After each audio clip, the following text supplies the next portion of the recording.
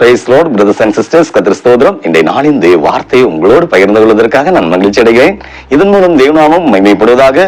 தேவன் நமக்கு தந்திருக்கும் இன்றைய நாளின் தேவ வார்த்தை எரேமியா புஸ்தகம் 15வது அதிகாரம் 20வது வசனம். அவர்கள் உனக்கு விரோதமாக யுத்தம் பண்ணுவார்கள், ஆனாலும் உன்னை மேற்கொள்ள மாட்டார்கள். தேவ பிள்ளைகளே, ஒரு நிமிஷம் சிந்திச்சு பாருங்க.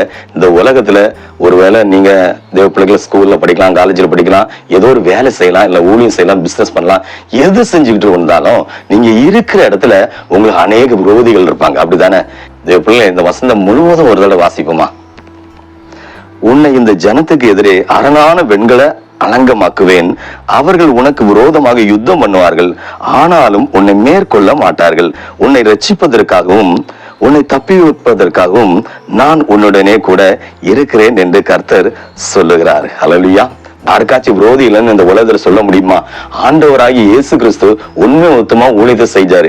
அவருக்கே உலகம் முழுவதும் விரோதிகள் எழும்புறாங்க. அந்த காலத்துல தேவ பிள்ளை, இந்த நாளையும் அவரு விசுவாசிக்கிற நமக்கு விரோதிகள் 1-2 இல்ல, உலகத்துல அநேகர் இருப்பாங்க. ஏன்னா நீதிமானுக்கு வரும் துன்பம் அநேகரமா இருக்குன்னு இயேசப்பா சொல்றாரு. அப்போ நீங்க ஒரு நீதிமானா இருக்கிறீங்க, உங்களுக்கு துன்பம்னு சொன்னா 1-2 இல்ல, அநேகமா இருக்கு. தேவ பிள்ளை, இந்த துன்பத்தை குறிச்சு நீங்க கலங்கவே கூடாது. ஏன்னா இயேசப்பா வசனத்துல என்ன சொல்றாரு? ஹல்லேலூயா. வசனத்தை வாசிங்க. அவர்கள் உனக்கு விரோதமாக யுத்தம் பண்ணுவார்கள், ஆனாலும் உன்னை மேற்கொள்ள மாட்டார்கள். ஹல்லேலூயா. இயேசப்பா என்ன சொல்றாரு?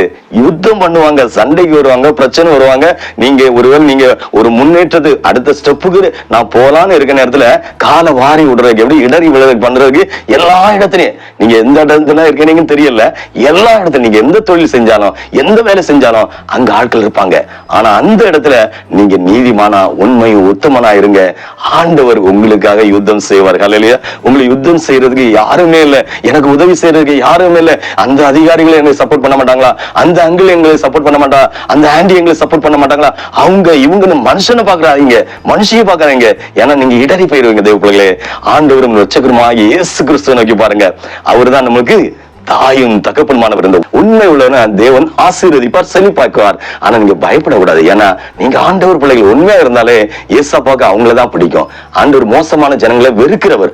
ஆனாலும் ஏசப்பா சொல்றாரு, பாவத்தை வெறுக்கிறாரு, பாவியை நேசிக்கிறாரு. அப்படி நம்ம செய்யற பாவத்தை அவரு வெறுக்கிறாரு, அந்த பாவம் அவருக்கு பிடிக்காது. ஆனா பாவியாக நம்ம என்ன செய்யறாரு? நேசிக்கிறாரு. அவருடைய பிள்ளைகள்ல ஒரு நாட்கள்ல நீங்க எந்த நிலைமையில இருந்தாலும் ஆண்டவர் சொல்லுகிற ஒரே வார்த்தை, ஹல்லேலூயா. என்ன வார்த்தை ஏசப்பா சொல்றாரு? அவர்கள் உனக்கு விரோதமாக யுத்தம் பண்ணுவார்கள், ஆனால் அவர்கள் மேற்கொள்ள மாட்டார்கள், உங்களை ஜெயிக்க மாட்டார்கள். தேவ பிள்ளைகளே, ஆண்டவர் என்ன சொல்றாரு? அவரு, நீ பயப்படாதே, நான் உன்னோடு இருக்கிறேன், திடன்கள். இதெல்லாம் பைபிள் எடுத்து பாருங்க. தேவ பைபிளை வாசிக்காதவங்க சும்மா ஏதாச்சும் பேசுவாங்க. பைபிளை வாசிக்க வாசிக்க உங்களுக்கு பயமே வராது. ஏன்னா ஏசப்பா நம்ம தாயும் தகப்பனுமா இருக்காரு. அவரை நம்புகிற விசுவாச பிள்ளைகளுக்கு ஒரு பிரச்சனையே இல்லை. ஆனா பிரச்சனைன்னு ஏன் வருதுன்னா, நீங்க உண்மையா இருக்கும்போது பிரச்சனை வரும். சில தவறுகள் நீங்க ஒருவேளை நீங்க இதெல்லாம் தப்பா நினைப்பீங்க. ஆண்டு துணிகரமான பாவங்களுக்காக பிரச்சனைகள் வரும், வியாதிகள் வரும், போராட்டம் வரும். ஆனா எல்லா போராட்டத்துக்கும் ஒரு முடிவு உண்டு. அது நம்ம மேற்கொள்ளாது. ஏன்னா செங்கடலை பாருங்க, எகிப்துல செங்கடல்ல 30 லட்சம் ஜனங்கள் செங்கடல்ல ஆண்டவர் மோசே மூலம் வழி நடத்துறாரு. அந்த ஜனங்கள் என்ன செஞ்சாங்க? உள்ள போன உடனே அந்த பார்வோன் எது ராஜ படைகள் வருது, 30 லட்சம் ஜனங்களும் பயந்து, ஐயோ நடுக்கடலுக்கு நம்ம போறோம், ஐயோ அழிக்கிறது அவங்க வாரங்க வர பயப்படுறாங்க. அவங்க பயப்பட அவசியமே இல்லை. செங்கடலை 2ஆக பிளந்த தேவன் அவங்களை காப்பாத்துவாரா இல்லையா? செங்கடலை யாராச்சும் கடலை 2ஆ பிளக்க முடியுமா? ஒரு ஆத்த கூட மண்ணை வச்சு 2 சைடும் பிளக்கணும்னா ரொம்ப கஷ்டம். அப்போ செங்கடலை எப்படி பிளக்க முடியும்? செங்கடலை 2ஆக ஆண்டவர் வழி விட்டு ஒரு 2 பெரிய கண்டெய்னர் லாரி போற மாதிரி, கார் போற மாதிரி பாதை விட்டுருக்காரு. 30 லட்சம் ஜனங்களும் முன்னால போறாங்க. ஆனா என்ன செய்யறாரு ஆண்டவர்? அவர் முன்னால மேக ஸ்தம்பத்துல, அக்னி ஸ்தம்பத்துல இஸ்ரவேல் ஜனங்களை பாதுகாத்த தேவன். பின்னால வர ஒரு 5 லட்சம் தான். இவங்க 30 லட்சம், அவங்க 5 லட்சம் படை வீரர் வராங்க. அவங்களும் நடுக்கடல் வர பயப்படாம அவங்களும் வந்துட்டாங்க. ஆண்டவர் விட்டாரா? இல்ல. முன்னாலும் பின்னாலும் இவங்க கரை அந்த கடலை கடந்த பிறகு முன்னாலும் பின்னாலும் அலைய அடிக்க வச்சு அப்படியே செங்கடல்ல 5 லட்சத்துக்கு மேலான அத்தனை ஜனங்களை, அத்தனை எதிர்ப்படைகளையும் சமாதியாக்கிட்டாரு. ஹல்லேலூயா. தேவப்பிள்ளை, உங்களுக்கும் எனக்கும் விரோதமா எழும்புற ஜனங்களை எல்லாம் நம்ம நினைவு பயந்துட்டு மேற்கொண்டுருவாங்க, ஜெயிச்சிருவாங்க, ஐயோ ஐயோ அவங்க அப்படி பண்ணிடுவாங்க. அதெல்லாம் இல்ல, ஜெயிக்கவே விட மாட்டாரு. ஏன்னா அவரு நமக்கு தாயும் தகப்பனுமா இருக்கிறாரு, நம்முடைய நண்பரா இருக்கிறாரு. சொந்த தாய் தகப்பன் யோசிச்சு பாருங்க, அம்மா அப்பா என்ன சொந்த தாய் தகவல் எப்படி நேசிப்பாங்க, அப்படி அவர் நேசிக்கிறனால அவரை நோக்கி நீங்க பாத்தீங்கன்னா எவ்வளவு பெரிய போராட்டங்கள் வந்தாலும் உங்களை மேற்கொள்ளதே இல்லை. இனி உங்க போராட்டத்துல, பிரச்சனையில, வியாதியில, பாடுகள்ல, உபத்திரத்துல இருந்து மேற்கொள்ளாதபடி காக்குறது தகப்பண்ட, ஏசப்பாட்ட, அம்மா அப்பாவே இருக்கிற ஆண்டவராய ரட்சகர்கிட்ட ஜெபிப்போமா? ஜெபம். எல்லாரும் இருக்கிற இடத்துல இருந்து ஜெபம் பண்ணுங்க. ஸ்தோத்திர ஏசப்பா, துதிக்கிறோம் பரிசுத்த தகப்பனே. இந்த அருமையான வேலையிலும் தகப்பனே, இந்த அருமையான வேலையில ஏசப்பா, அவர்கள் உனக்கு விரோதமாக யுத்தம் பண்ணுவார்கள், ஆனாலும் உன்னை மேற்கொள்ள மாட்டார்கள் என்று சொன்னீரப்பா.